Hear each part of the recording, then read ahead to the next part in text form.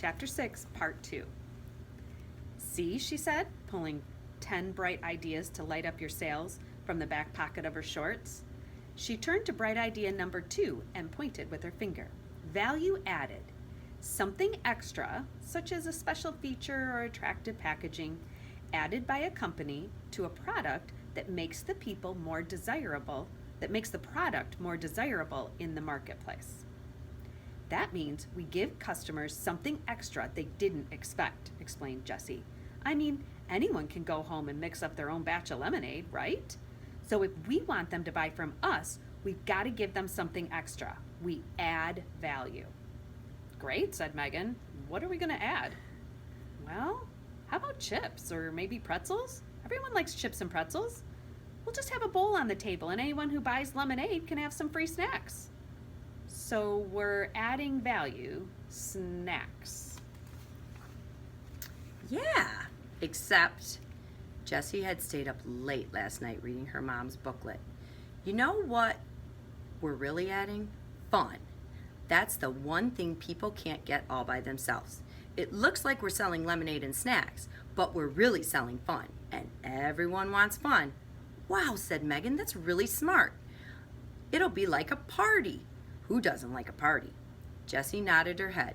She carefully tore out the definition of value added from the booklet and put it in her lockbox. Her mother always said, some ideas are like money in the bank. An hour later, they were all set up. The lemonade stand was newly decorated with streamers and balloons. 3 bowls of snacks, Cheetos, potato chips, and pretzels were set on top. Jessie had lugged Mom's boom box all the way down, Megan had. Sometimes we make mistakes and we have to go back and self-correct. Jessie had lugged Megan's boombox all the way downstairs, and Megan was doing the DJ thing with her CD collection. It looked like a party had somehow sprung up right in the middle of the hot concrete sidewalk. To anyone passing by, the lemonade stand shouted out, "Come over here! This is where the fun is." As soon as the music had come on, customers had started drifting over. One of the moms across the street set up a sprinkler in her front yard, and soon all the kids in the neighborhood were running through the sprinkler and grabbing handfuls of Cheetos. 2 moms walking their dogs stopped for a nibble and ended up staying an hour. And 3 or 4 of the neighborhood mothers set up lawn chairs nearby and talked and ate pretzels while their kids ran through the water. That sounds fun. Yes, that sounds like a party. I mean, I'd go to that lemonade stand. But Jessie noticed a funny thing. Even though there was an endless buzz of activity around the stand and the chips were flying out of the bowls faster than Megan could restock them, they weren't selling much lemonade. "Hey, Jordan," said Jessie, as a 4-year-old boy ran by in a bathing suit. "Don't you want a cup of lemonade?" Jordan dive-bombed the pretzel bowl and came up with a fistful. "I had too much already, 4 glasses." And off he ran. "4 glasses?" said Jessie to Megan. "He didn't buy any." "Mrs. Doran, don't you want a cup of lemonade?" "Sorry, Jessie, I have to pass," said Mrs. Doran. "I had 2 already, and I'm trying to cut down on sugary drinks." "Where's everybody drinking so much lemonade?" wondered Jessie. She looked down the road. "Oh, wait a minute." "Megan, hold down the fort," said Jessie. "I'll be right back." "Sure thing," said Megan, dancing to the music. "This lemonade stand was the greatest idea. It's like a birthday for the whole neighborhood." Jessie headed down the road. She rounded the bend and prepared for the worst. Evan's lemonade stand crowded with customers. But there was nothing. Absolutely nothing. The corner was deserted. She crossed the street and went into the garage. There was a cooler, dirty and empty, and there were the stacked plastic chairs, 4 of them this time, and there was... Wait a minute. Those were new signs. Jessie pulled out 3 large pieces of foam core. On the back of each one was part of the penguin project Evan had done last year in 3rd grade. On the front were big letters. "Slow down! Cheapest lemonade in town! Ahead! Yesterday's prices, today's lemonade!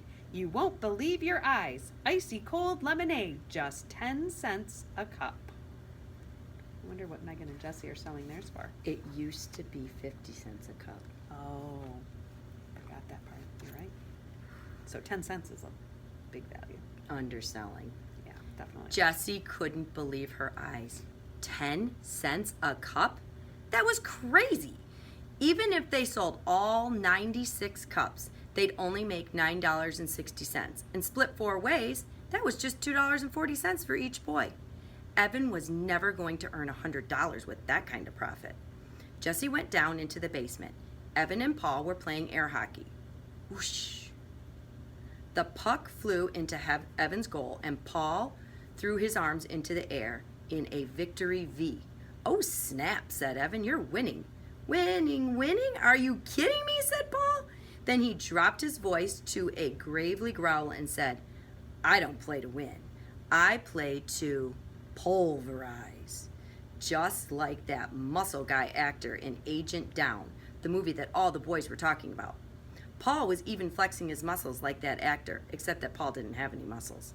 At least none that Jessie could see. When Paul saw Jessie, he dropped his arms. Hey, he said. Paul was Jessie's favorite of Evan's friends. He always joked around with her, but in a nice way, and he never minded when Evan invited her to come along with them. Hey, said Jessie, what's up? Evan turned off the air hockey table. Nothing, he said. We were just going out. Paul dropped his hockey paddle onto the table and followed Evan into the garage. Jessie trailed behind. Where are you going? She asked. Down to the tracks, said Paul, as he strapped on his bike helmet. We put pennies there this morning, so we're going to get 'em now. Squash, you know. Yo, shouted Evan. My bee, muttered Paul. So see ya, he said to Jessie. Jessie hated this feeling of being shut out, like she wasn't wanted. Evan had never made her feel that way before, even when sometimes he didn't want to be just with his friends. Even when sometimes he did want to be just with his friends, he'd always say things like, Jess, we're going to go shoot hoops, just the two of us, but when we get back, we'll play stud with you. So that she knew he still liked her, even when he wasn't inviting her along. But this was like he hated her, like he never wanted to play with her again. And Paul was going right along with it. Jessie scowled. So you really cleaned up today at the lemonade stand, huh? She said. Yep, we sold out, said Evan. So what did you make, like $3? She asked. Actually, we made a ton. What was it, Paul? $45, said Paul. Jessie's mouth went slack. $45? There's no way, she said. Not at 10 cents a cup. Oh, just the little kids paid that, said Evan. The grown-ups all gave us way more. That's too cheap, they said. It's such a hot day and you're working so hard. Here, take $1. Keep the change. It was crazy. Unreal, said Paul. They kept pushing all this money at us because they thought it was so sweet that we were selling lemonade for a dime. We made a killing. That's what always happens. Yeah, I always give extra I would money. do that. Yeah. Yep. Bright idea number 5. Jessie remembered it immediately. That's called goodwill, she said slowly, picturing the exact page from her mother's booklet and the definition on it. Goodwill, an intangible but recognized asset that results from making or selling good products, having good relationships with your customers and suppliers, and being well regarded in the community. It's when you do something nice in business and it ends up paying you back with money, she sighed. Why hadn't she thought of that? She would be sure to tear out that definition and put it in her lockbox when she got back to the lemonade stand. Well, whatever, we cleaned up, said Evan. Even so, said Jessie, trying to find some way to prove that Evan had not had a good day selling lemonade.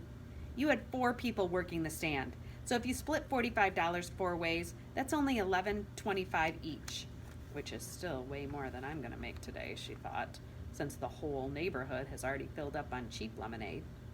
We're not splitting, said Evan. The guy said I could keep it all. Right, said Paul, all for a good cause. That's not fair, said Jessie. Sure it is, said Evan, as he got on his bike and pushed off. In case you didn't know, that's what it's like to have friends. Wow, that kind of hurt. Yeah. Evan crossed the street. Ouch, said Paul.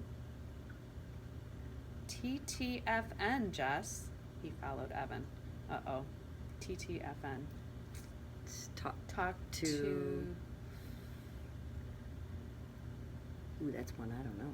I don't know. Might have to look that one one of you up. guys need to come tell us in kindergarten world here because we don't know TTFN. We'll have to look it up. Somebody will tell us. One of these kids I knows. feel like I was going to say talk to you later, but it can't be TTFN. I don't know. Ouch, said Paul.